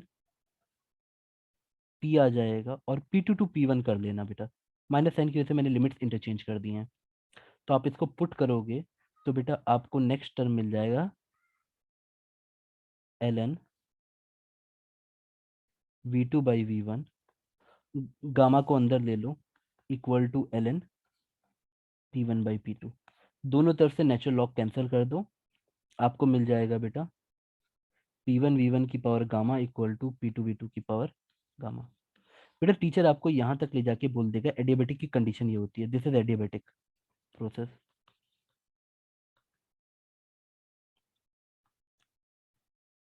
यहाँ तक साथ में हो बेटा? अब इसको कमिट टू मेमोरी रखना पड़ता है। देखो बेटा आप अपने दिमाग पे ना सिर्फ उतना ही स्ट्रेस डालो, हमारे ब्रेन का ना अंडरस्टैंडिंग पार्ट बहुत स्ट्रांग रहता है, लेकिन जब आप उस पर अननेसेसरी रटने का प्रेशर डालते हो ना तो उसको पढ़ाई में मजा नहीं आता है। आप देखो बच्चे क्या गलती करते हैं मैं समझा रहा हूँ। अगर ये रिलेशन आपको दिया हुआ है, बच्चे अलग अलग रिलेशन और याद करेंगे बेटा। मान लो मुझे पीवी इक्वल टू एनआरटी पता है, ब्रह्म सत्य है, तो मैं इसके अंदर पुट कर देता हूँ कहीं पे भी। मैंने चलो पुट कर दिया, पी की जगह पुट कर दिया एनआर टी बाई वी, तो मेरा ऐसे आता है NR T1 by V1 into V1 की power gamma equal to P2 की जगह मैंने पुट कर दिया NR T2 by V2 V2 की पावर गामा। आप खुद देख पा रहे हो NR NR कैंसिल हो गया। T1 V1 की power gamma -1 equal to T2 V2 की पावर गामा -1। आप कितने रिलेशन याद रखोगे बेटा? ये काफी है। आप क्यों इसको याद रखना चाहते हो? मेरी बात समझ गए? हाँ सर। तो आप सिर्फ एडियाबेटिक की डेफिनेशन याद रखना कि सर हीट एक्सचेंज जीरो होता है। सेकंड थिंग, पीवी की power gamma equal to constant. क्योंकि देखो ना बेटा, अगर आपके पास टाइम है और कॉपी पेन हाथ में है तो आप बहुत सारी चीजें खुद से एक्सप्लोर कर सकते हो। आप इसी रिलेशन को बोलोगे सर इस बार मैं v की वैल्यू पुट करूंगा। इस बार तुमने अगर v की वैल्यू पुट कर दी तो तुमको मिलता P1, और V1 की जगह पुट कर देते कि सर nRT1 बाई T1 की power gamma equal to P2 nRT2 by P2 की पावर गामा। आप यहाँ से देख लेते कि सर मैं यहाँ से देख रहा हूँ T1 की power gamma into P1 1 minus gamma equal to P2 की पावर गामा और P2 की power 1 minus gamma 1 minus gamma.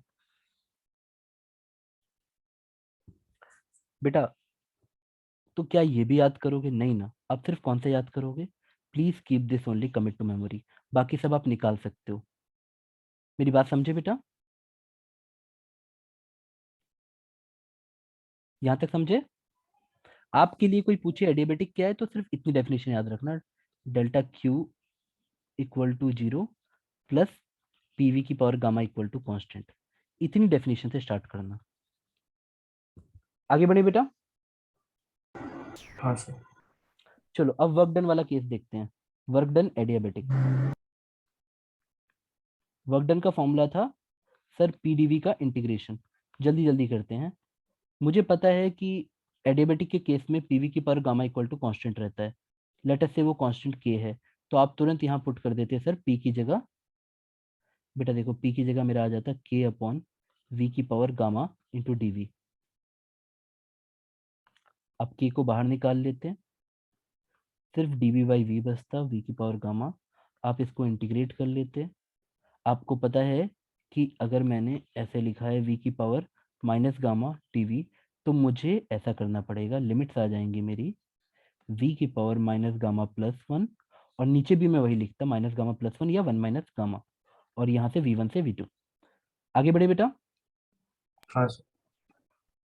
मैं लिमिट्स पुट कर देता हूँ, मुझे मिलता V2 minus gamma plus one minus V1 minus gamma plus one upon one minus gamma.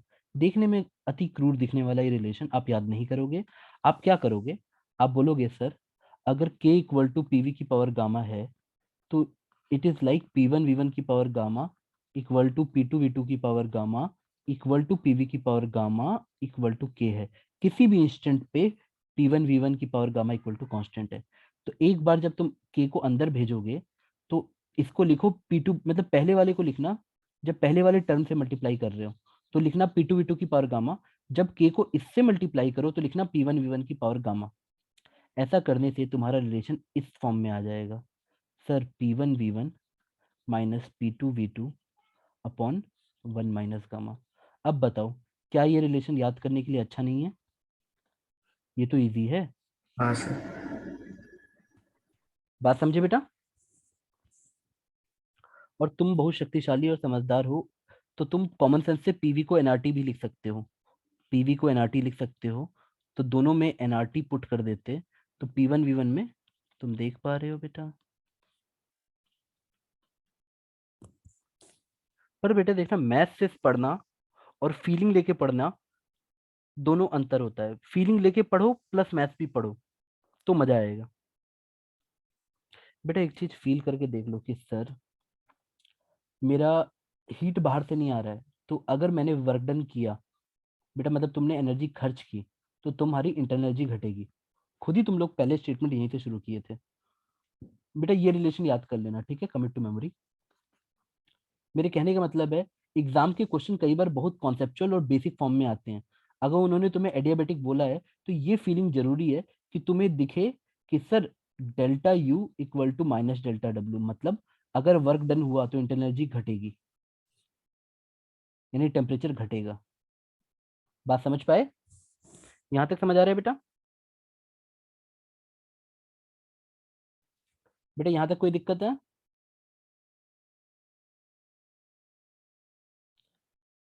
अब चलो हम जल्दी जल्दी करते हैं। आइसोबारिक में वर्क डन क्या होता है बेटा बताओ?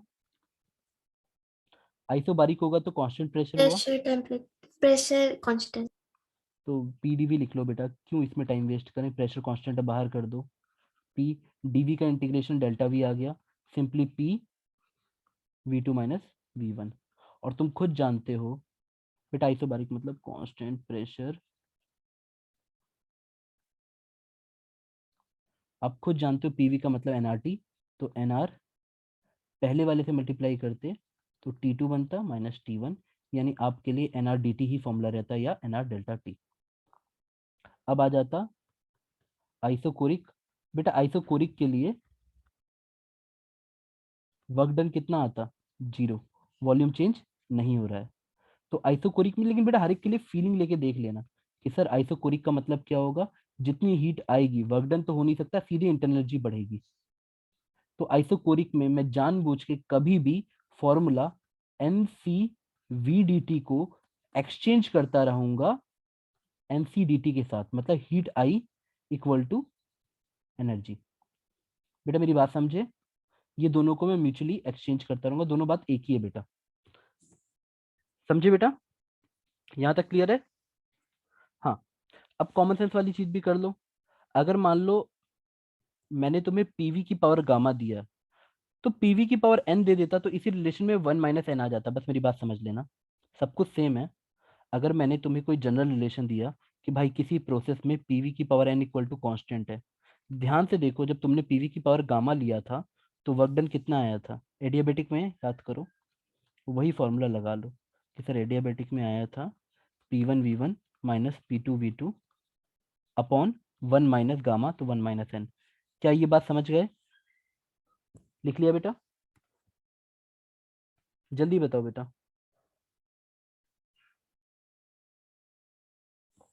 कोई डाउट जी। बेटा? अब एक केस बच रहा है, कौन सा वाला? आइसोथर्मल। आइसोथर्मल वाले केस में क्या है? आइसोथर्मल वाले केस में बेटा आप ध्यान से देखोगे तो हमने यहाँ लिखा टेम्परेचर कांस्टेंट रहता है बेटा, मान लो टेम्परेचर वर्सेस किसी का भी ग्राफ बना दिया, टेम्परेचर कांस्टेंट रहेगा। तो अगर मैं टेम्परेचर कांस्टेंट रखूंगा तो डेल्टा यू क्या था? M C V D T. तो टेम्परेचर कांस्टेंट मतलब जीरो, यानी change in internal energy zero है। अगर change in internal energy zero है, चेंज इन टेम्परेचर जीरो है, तो मैं पुट कर दूंगा सर मेरी incoming heat is always equal to work done. ये फर्स्ट लॉ ऐसे लग जाएगा। अब डी क्यू को हम लिख सकते हैं, डेल्टा क्यू को लिख सकते हैं बेटा sir N C D T, और वर्क डन को हम लोग लिख सकते हैं सर पी डी वी। ठीक है बेटा, हमारा यहाँ तक है। अगर अब मैंने वर्क डन निकालने के लिए इंटीग्रेशन किया तो मैं P V equal to N R T से यूज करूंगा, पी की जगह पुट कर दूंगा N R T by V. P की जगह देखो पुट कर दो N R T by V, तो डी बी बाई वी बचेगा। और याद रखना एन आर टी कॉन्स्टेंट है, तो वर्क डन की वैल्यू आ जाएगी, इंटीग्रेट करोगे N R T natural log V, यानी V two by V one. अब समझदार होगे तो जानते हो एनआरटी कांस्टेंट है, पर एनआरटी मतलब टेम्परेचर कांस्टेंट, मतलब एनआरटी कांस्टेंट मतलब याद रखना P one V one equal to P two V two equal to हमेशा एनआरटी। इसका मतलब ये रहता है, दैट मीन्स आप ऐसे भी लिख सकते हो P one V one L N V two by V one. आप ऐसे भी लिख सकते हो पी टू वी टू, बेटा मुझे नहीं पता ना क्या देगा क्वेश्चन में।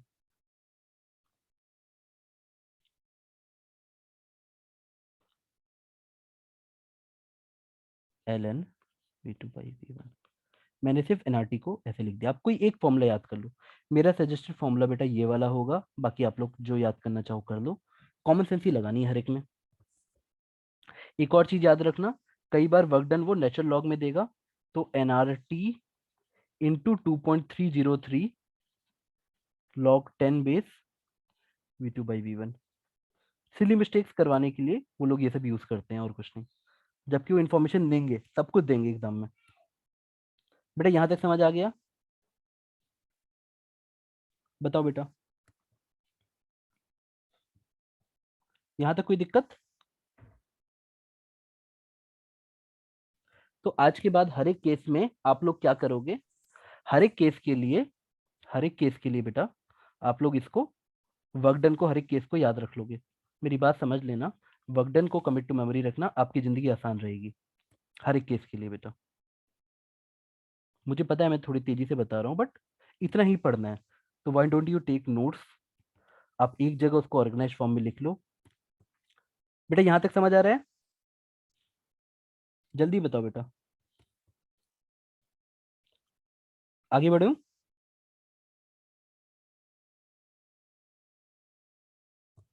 एक सेकंड, क्या हम लोग टाइम, अभी तो टाइम है बेटा, लिख लिया बेटा यहाँ तक?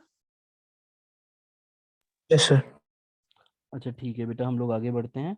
लेट अस से कि तुम लोगों ने यहाँ तक समझ लिया और आपकी दुनिया ऐसी बन चुकी है कि सर ये मेरा सिस्टम था, मेरे को केटीजी लगाना था, PV equal to NRT, sir मुझे फर्स्ट लॉ लगाना है, मुझे केस देख के, डिपेंडिंग ऑन द केस देख के मुझे वर्क डन यूज करना है। यहाँ तक आप लोग पहुंच चुके हो।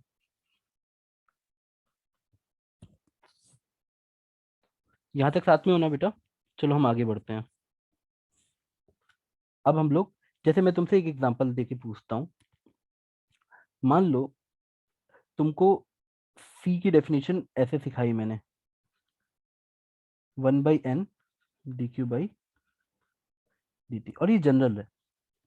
तो एग्जामिनेशन में टीचर तुमको ऐसे पढ़ाता है, मतलब यहाँ पे ऐसे पढ़ाता है, पर एग्जाम में क्वेश्चन क्या आएगा, सी आइसोथर्मल निकालो। आइसोथर्मल कंडीशन में सी की वैल्यू क्या होगी? बेटा फीलिंग से भी समझ रहा हो, सी हम डिफाइन करते हैं कितनी हीट दोगे कि 1 मोल का 1 डिग्री टेम्परेचर बढ़ जाए। बेटा आइसोथर्मल में कितनी हीट दोगे कि 1 डिग्री बढ़ेगा? बताओ, खुद बोलो बेटा, हीट देते रहो, क्या टेम्परेचर चेंज होगा? ओरे बच्चों, आप हीट देते रहोगे, क्या टेम्परेचर बढ़ेगा? डीटी की वैल्यू कितनी होती है? आइसोथर्मल मतलब कांस्टेंट टेम्परेचर। बेटा अगर आप ना अगर आप कॉमन सेंस से वैल्यू पुटिंग भी करोगे ना, तो भी आपका काम चल जाएगा। मुझे बताओ, अगर मैं वैल्यू पुट करूं तो क्या आएगा? बताओ बेटा, डीटी की वैल्यू कितनी है? 0 है बच्चों। अगर मैं हीट दे भी रहा हूं और मेरा डीटी 0 है, दैट मीन्स क्या होगा? Something by 0। ये कितना जाएगा बेटा? इन्फिनिटी जाएगा कि नहीं जाएगा? जल्दी बताओ। तो आपको ऐसे क्वेश्चन एग्जाम में आएंगे, molar heat capacity for isothermal process will be infinity. यहां तक समझ आया बेटा? Yes, sir. अच्छा ठीक है। अगर मैं इसी चीज में एडियाबेटिक प्रोसेस उठा दूं, एडियाबेटिक, अब बेटा सिर्फ फॉर्मूले से सोचो, एडियाबेटिक में तो हीट देते ही नहीं है, डेल्टा क्यू कितना होता है? 0। तो अगर मैं 0 अपॉन समथिंग लिखूं तो ये कितना होगा? 0 होगा। क्या यहां तक तुम लोग को समझ आ रहा है?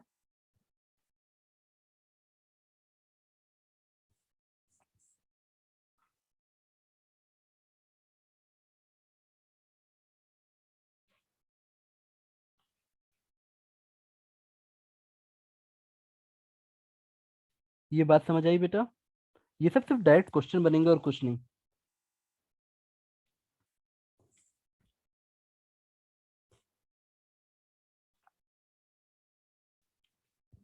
अब हर चीज को ग्राफिकली देखना जरूरी है, हर चीज को, हर चीज को। फॉर एग्जाम्पल मैं एक कंपेरेटिव ग्राफ बनवाता हूँ,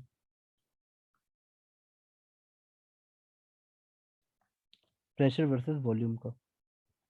अगर मान लो मैं पीवी इक्वल टू एनआरटी से सोचूं, मैंने आइसोथर्मल कंडीशन बोली, टेम्परेचर कांस्टेंट बोला।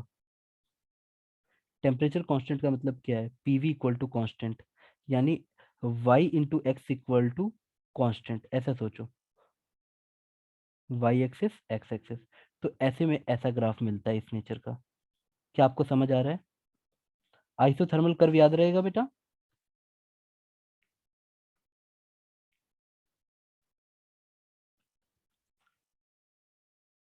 आइसोबारिक कर्व कैसा रहेगा बेटा? So straight line parallel to हाँ। x-axis. आइसोकोरिक कैसा रहेगा बेटा? So मान लो straight line ये parallel to ये इनिश y-axis. बेटा प्लीज सब पे कमेंट करते रहना, बहुत जरूरी है। आइसोबारिक, आइसोकोरिक,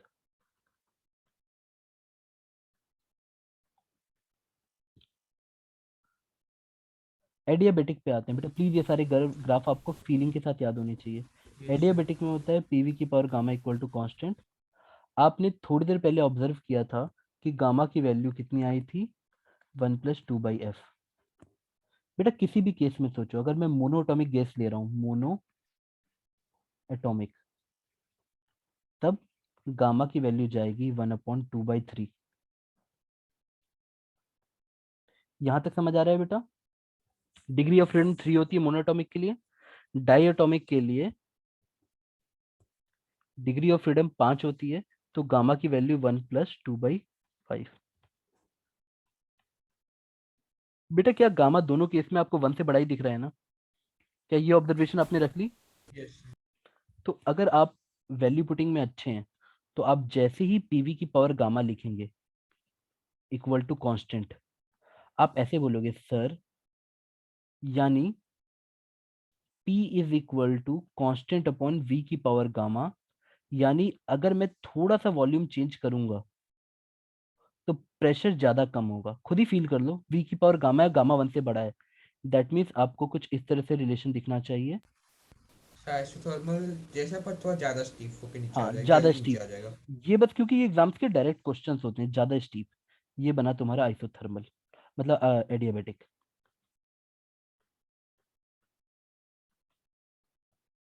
बेटा यहाँ तक सारे डायग्राम याद हो गए? देख लो, ये डायग्राम आपके दिमाग में रहना चाहिए। Isochoric, isobaric, PV curve specially, और ऐसे मैं सबके साथ बनाऊंगा। मैं Y axis X axis change करता रहूंगा, बट सबसे ज्यादा कॉमन होता है पीवी कर्व। यहाँ तक समझ आया बेटा? जल्दी बताओ।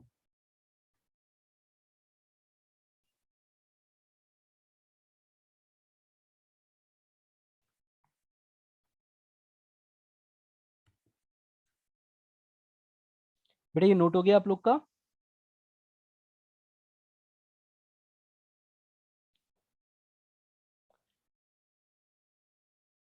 चलो हम आगे बढ़ते हैं बेटा।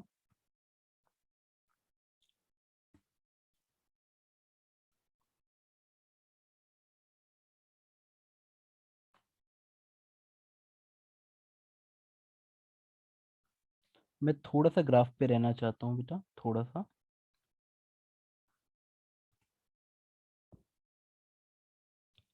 बेटा आपको ना क्वेश्चंस भी समझ आने चाहिए।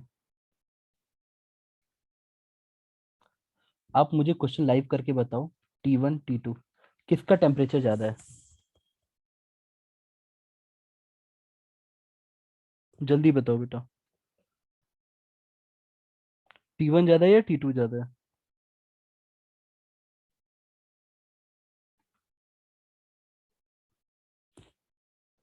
हाँ बेटा। बेटा पता है, मैं आपको बोलूंगा कि आपको हमेशा पीवी इक्वल टू एनआरटी को फीलिंग रख के आंसर देना है।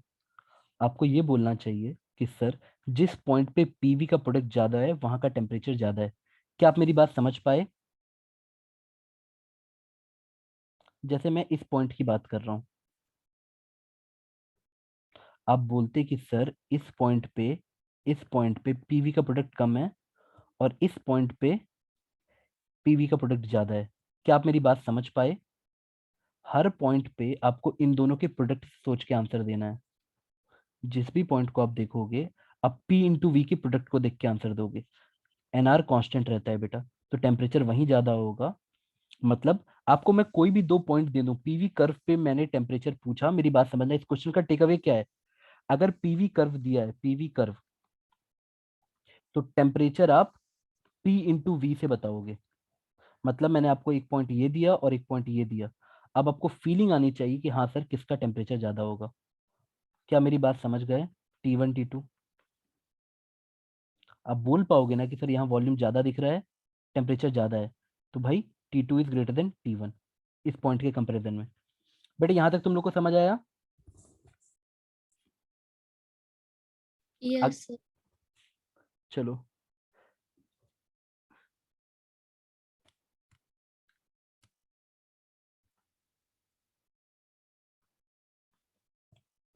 बेटा एक साइक्लिक प्रोसेस होता है। साइक्लिक प्रोसेस क्या होता है? तुम जहां से स्टार्ट करते हो किसी तरह से घूम कर तुम वैसे ही वापस आ जाते हो। साइक्लिक प्रोसेस समझ आया? सपोज आप ए से चले, बी सी डी करते हुए आप वापस आ गए। ऐसे क्वेश्चंस पे ज्यादा आते हैं, इसलिए मैं इसको लिखवा रहा हूँ। साइक्लिक प्रोसेस को थोड़ी अलग से इज्जत दे देना, कैसे मैं बता रहा हूँ। आपने साइक्लिक प्रोसेस लिखा, आपने कोई सिस्टम में कुछ हुआ, कुछ वेरिएबल चेंज हुए, आप ए से बी पे गए, बी से सी पे गए, डी पे गए, फिर ए पे आए। बेटा जब तुम किसी पॉइंट पे वापस आ गए तो तुम्हारे सारे स्टेट्स रिपीट हो गए। दैट मीन्स अगर इस पूरे प्रोसेस को देखोगे तो change in internal energy for whole process is zero, क्योंकि तुम घूम के वहीं पे आ गए। इस पॉइंट का टेम्परेचर चाहे स्टार्टिंग में भी उतना ही था, घूम के आके भी उतना ही होगा। पी इंटू वी का प्रोडक्ट इस पॉइंट के लिए उतना ही होगा। क्या मेरी बात समझ गए? तो किसी भी साइक्लिक प्रोसेस के लिए हमेशा क्या होगा? Heat given equal to total work done. क्या आपको ये बात याद रहेगी बेटा? किसी भी साइक्लिक प्रोसेस के लिए total heat given is equal to work done. यहां तक क्लियर है बेटा? जल्दी बताओ बेटा, कोई डाउट यहां तक? Yes sir. अच्छा मुझे बताओ किसका टेम्परेचर ज्यादा है, बी का या सी का? फास्ट जल्दी बताओ, बी का टेम्परेचर ज्यादा है या सी का?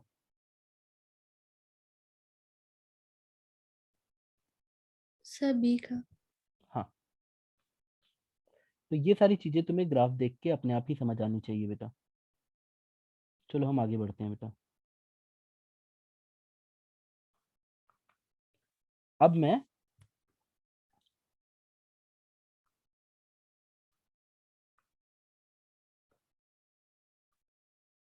एक क्वेश्चन दे रहा हूँ चेक करने के लिए कि कितने बच्चे एनसीईआरटी पढ़ते हैं कि नहीं।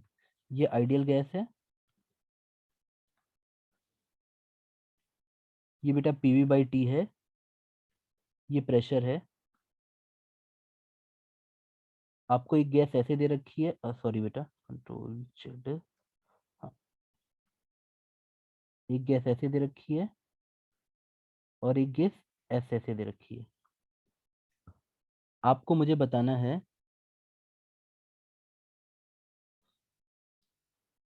इसमें और इसमें किसका टेम्परेचर ज्यादा है। जल्दी से, T1 T2 किसका टेम्परेचर ज्यादा है बेटा बताओ, अगर सेम गैस है तो जल्दी बताओ। हाँ, मुझे जितना चैट पे मिल रहा है दैट मीन्स बच्चों ने एनसीईआरटी सॉल्व की है। हाँ बेटा, गुड, हाँ गुड बेटा, हाँ बेटा आइडियल गैस की इक्वेशन होती है पीवी इक्वल टू एनआरटी। तो ये मैंने बगल में आइडियल गैस क्यों लिख दिया, जरूरी नहीं था, क्यों? आपको खुद पता है PV by T equal to NR, that is constant, यानी ये लाइन तो आइडियल गैस की ही होनी चाहिए थी। अब क्वेश्चन में आपको जब केटीजी पढ़ाया जाता है तो केटीजी पढ़ाते वक्त बोलते हैं high temperature, high temperature and low pressure means ideal gas behaviour. अगर किसी गैस को आइडियल गैस बनना है, ये बिहेवियर बनाना है, तो उसको हाई टेम्परेचर पे होना पड़ेगा। तो अगर सेम प्रेशर पे मैं दो गैस को ऑब्जर्व करूं तो आइडियल गैस के पास कौन सा कर्व है? ये गैस कर्व ज्यादा पास है, मोर क्लोज, वो जरूर हाई टेम्परेचर पे होगा। क्या आप मेरी बात समझ गए? डेफिनेशन से खेलो बेटा, जो भी क्लास में नोट्स में लिखवाई जा रही है उस डेफिनेशन से खेलो। ये एनसीईआरटी क्वेश्चन है, एनसीईआरटी क्वेश्चन नंबर 3 था शायद। यहां तक समझ आ रहा है बेटा? जल्दी बताओ, नेक्स्ट क्वेश्चन पे चलें। Yes sir. चलो, अब नेक्स्ट क्वेश्चन के लिए बेटा मैं थोड़ा सा तुम लोग का डायग्राम सेंस ही देख, डायग्राम वाले पे ही रहना चाहता हूं मैं। अम,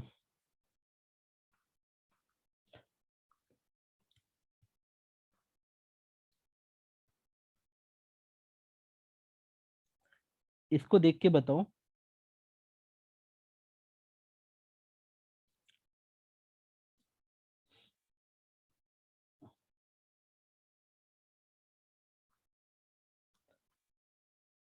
अगर मैंने ये प्रेशर वर्सेस वॉल्यूम दिया है तो एक्स और वाई क्या रिप्रेजेंट कर रहा होगा, कॉमन सेंस से बताओ, फिर नेक्स्ट क्वेश्चन पे आ जाओ।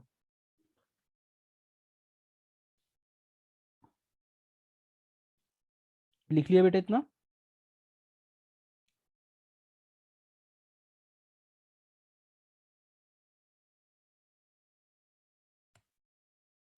जल्दी से बताओ बेटा, एक्स कर्व क्या होगा? आइसोथर्मल। और वाई कर्व क्या होगा बेटा? एडियाबैटिक। मैं नेक्स्ट पे आता हूँ बेटा। बेटा थर्मोडायनेमिक्स में आपको सोचना भी पड़ेगा। ये गैस पार्टिकल्स हैं, ये पूरा कंटेनर 50 मीटर पर सेकंड से जा रहा है। अचानक से आप कंटेनर को रोक देते हो, अचानक से आप कंटेनर को रोक देते हो।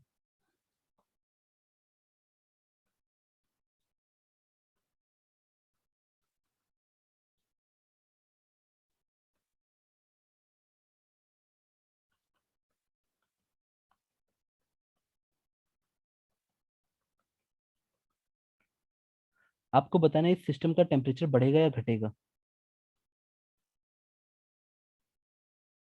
हाँ बेटा बताओ। एक कंटेनर में गैस है, ये 50 मीटर पर सेकंड से जा रहा है, कंटेनर इज स्टॉप्ड। तो गैस के टेम्परेचर पे कोई, मान लो यहाँ टेम्परेचर टी है, T1 लिख देता हूँ, यहाँ T2। क्या T1 T2 में क्या रिलेशन होगा बताओ?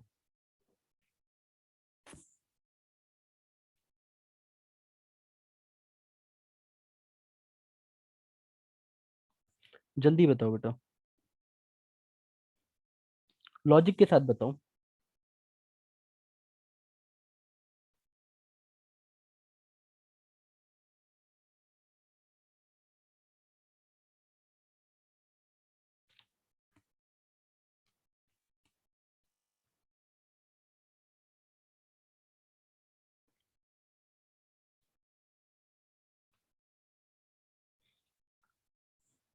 हाँ बेटा, बेटा आप बता सकते हो ऐसा क्यों होगा?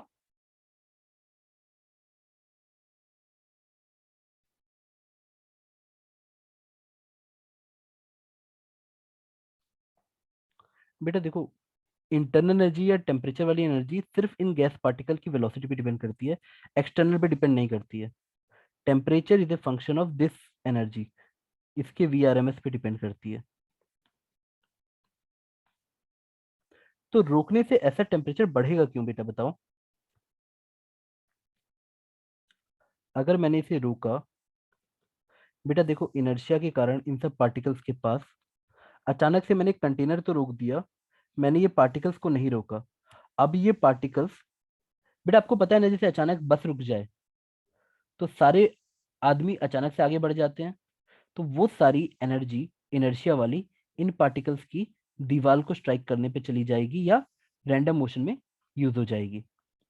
तो जब रैंडमनेस बढ़ेगी अचानक से कंटेनर रोकने की वजह से, तो temperature of T2 will become more than T1। क्या आपको ये बात समझ आई बेटा?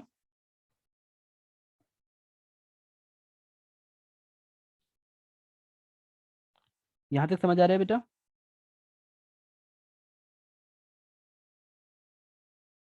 Yes sir.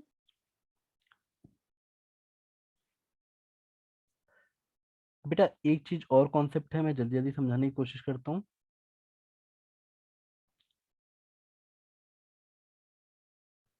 अगर मैं कभी भी आपके कोर्स में स्टेट फंक्शन बोलूं, आपने वर्ड सुन रखा है स्टेट फंक्शन? इसकी डेफिनेशन क्या होती है बेटा? स्टेट फंक्शन जो होता है, जो स्टेट बताता है उस समय क्या कंडीशन है। फॉर एग्जाम्पल, मैंने टेम्परेचर बोला, एग्जाम्पल के लिए टेम्परेचर, टेम्परेचर उस समय की स्टेट बता रहा है, प्रेशर उस समय की स्टेट बता रहा है, वॉल्यूम उस समय की स्टेट बता रहा है। बट या तो आप ऐसे बोल सकते हो, स्टेट फंक्शन वो फंक्शन होते हैं जो पाथ इंडिपेंडेंट होते हैं।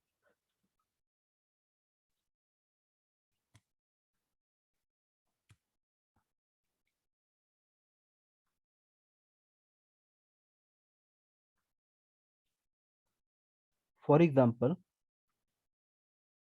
एक आदमी ऐसे पॉइंट 1 से पॉइंट 2 पे गया, एक आदमी ऐसे 1 से 2 पे गया, और एक आदमी ऐसे 1 से 2 पे गया।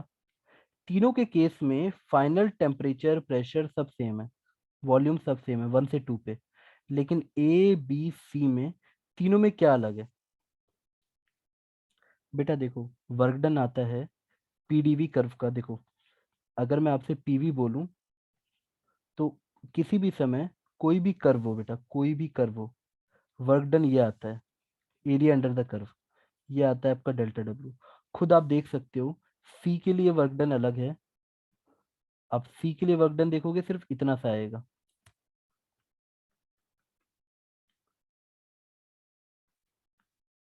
आप अगर बी के लिए देखोगे तो इतना आ जाएगा, इतना।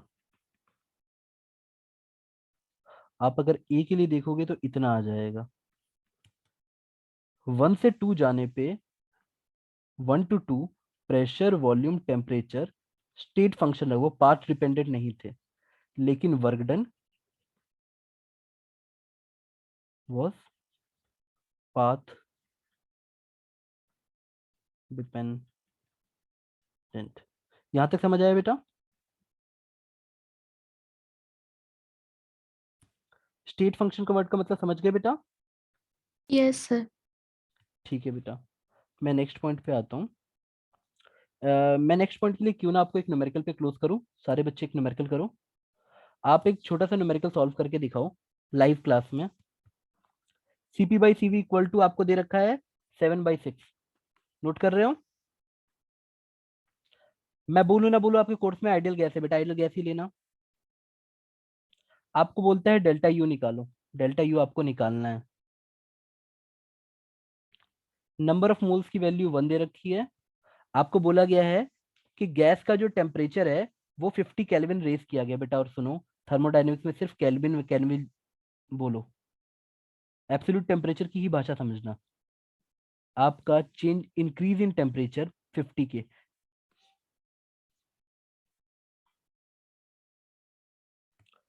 फर्स्ट है एट कांस्टेंट प्रेशर, ठीक है। बी है एट कांस्टेंट वॉल्यूम, सी है एडियाबेटिक। कम ऑन बेटा, फास्ट। एडियाबेटिक बेटा, जल्दी बताओ। इंजॉय करो बेटा, अगर आपको नहीं आता है जो बोला है वही करो। आप बेसिक इंटरनल एनर्जी का फॉर्मूला लिख के शुरू हो जाओ कि सर डेल्टा यू मुझे याद है एन सी डी टी, मतलब M C V D T, ये डेल्टा यू का फॉर्मूला, ये आपको निकालना है।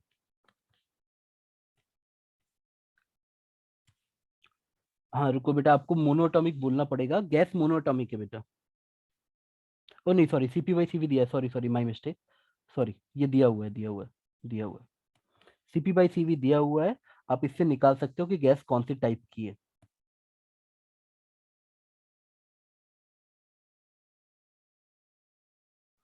सीपी बाई सीवी क्या है बेटा? खुद देखो, आपको दिया हुआ है। हाँ बेटा, मैं एक्सपेक्ट कर रहा हूँ आंसर आएगा। वेरी गुड बेटा। कौन से केस का भेज रहे हो बेटा आंसर? आप लिख दो बगल में। आप प्लीज सारे केसेस का आंसर मुझे भेजो। जल्दी भेजो भेजो बेटा।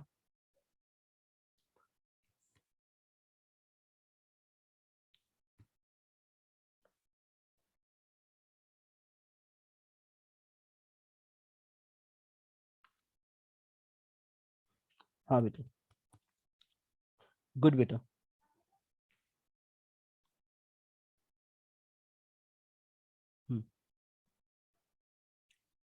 गुड। अब तक मुझे 5 बच्चों का आंसर आया है, वेरी गुड। 6 बच्चों का, वेरी गुड बेटा।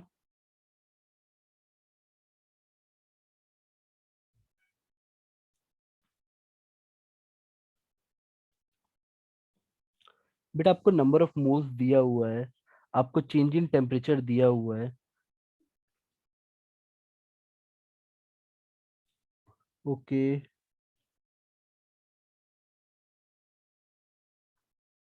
चलो मैं हेल्प करता हूँ आप लोग की। अगर मुझे एनसीवी डीटी निकालना है बेटा, आप खुद जानते हो कि सीपी बाई सीवी आपको 7/6 दिया है, और CP minus CV equal to R होता है, वो आपने डिराइव किया है। तो आप वहां देखो, आप चाहो तो उसको यूज कर सकते हो। अब इससे क्या हो जाएगा आपका,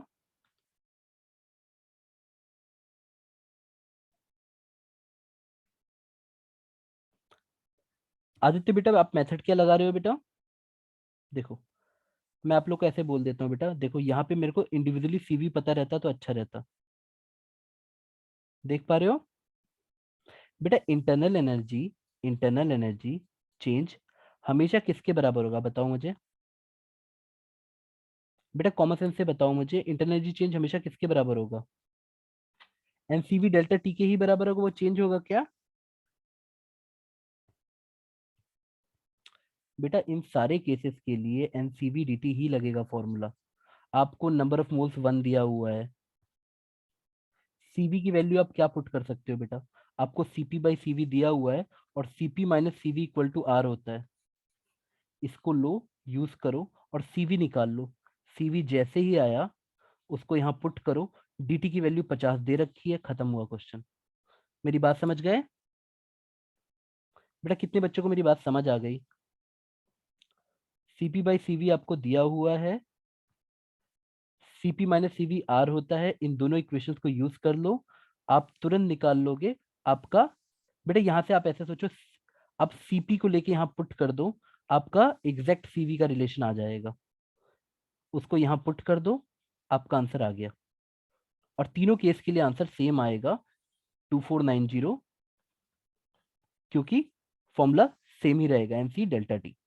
इंटरनल एनर्जी सिर्फ टेम्परेचर का फंक्शन होती है बेटा। बात समझ गए? मैं लेक्चर क्लोज करूं बेटा? बेटा नेक्स्ट क्लास में आप लोग प्लीज थोड़ा सा